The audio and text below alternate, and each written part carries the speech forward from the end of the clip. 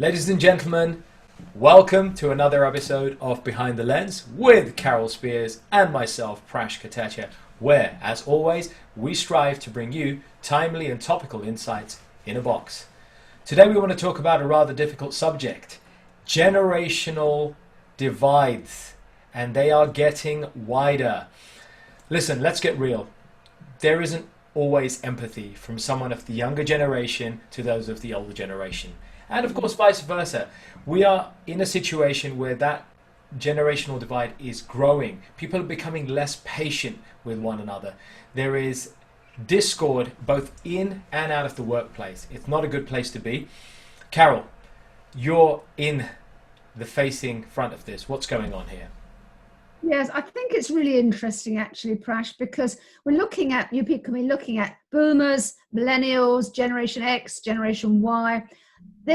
We have different generations. There is a gap. It doesn't mean it can't be bridged, because all can be.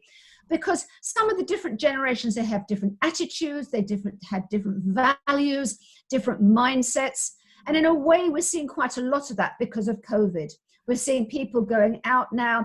The younger generation aren't really worried too much about masks and gloves, etc. The older generation are. So already we're seeing that the generation on the streets, we're absolutely seeing that. They're seeing that divide as you're describing it.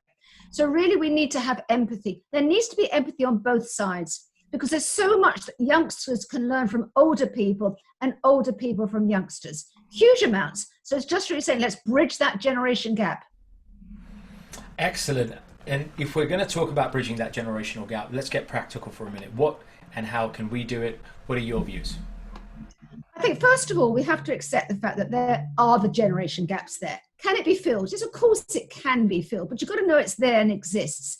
So you've got younger people who are fully au fait with technology, older people who are not, but they've got stories to tell. They've got experience to give. You know, you don't ask somebody of 20 years old to mentor somebody. You ask somebody of 50, 60 or 70 or 80 years old to mentor somebody. So we need to accept the fact there's a learning on both sides. That's first of all. Second of all, have respect. Have respect for both generations, for all generations, because all generations come with something that is special and is something that is unique. And thirdly, value the differences.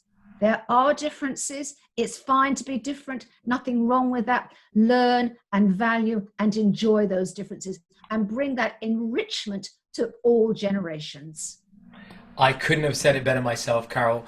And I want to pick up on one of the points that you made there.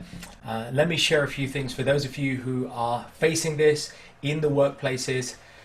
Let's look at a couple of strategies adding on to what Carol said. Firstly, promote employee mobility and cross-training. See if you can encourage cross-training from different positions with a focus on the development of transferable skills by bringing younger and older generations into collaborative teams. Secondly, using those team building activities to do collaborative projects. And I'd love to give you an example of this where younger and older were paired. There was a movie on 2013 called The Internship with Owen Wilson, famous Hollywood movie, and Vince Vaughn. They were two seasoned sales veterans. They were the older generation. They were paired with younger ones. Initially, there was discord and distrust and a lack of respect. But as they gradually went through the movie, the older ones had a lot of experience and life wisdom to share. Naturally, the younger ones benefited, the older ones benefited too, and it became a happy symbiosis at the end of the movie. It's in a movie, but it can happen in real life as well. And thirdly, most millennials and Gen Zs in workplaces have grown up using computers. Let's get real here for a second. They got instant access to virtually any kind of information in the world. Now that means that knowing the what is actually no longer that exciting for them. What is going to be more valuable for them is the why. And this is powerful. If we as employers and leaders can help those younger Gen Zers and millennials to appreciate the value of the why more so, rather than just telling them what to do, tell them why it's important, that can start to bring out the best in cross-generational respect and create an appetite for not just knowledge but wisdom sharing as well, which would be great for the traditionalist boomers and the Gen Xers like us. Carol, back to you. Final words.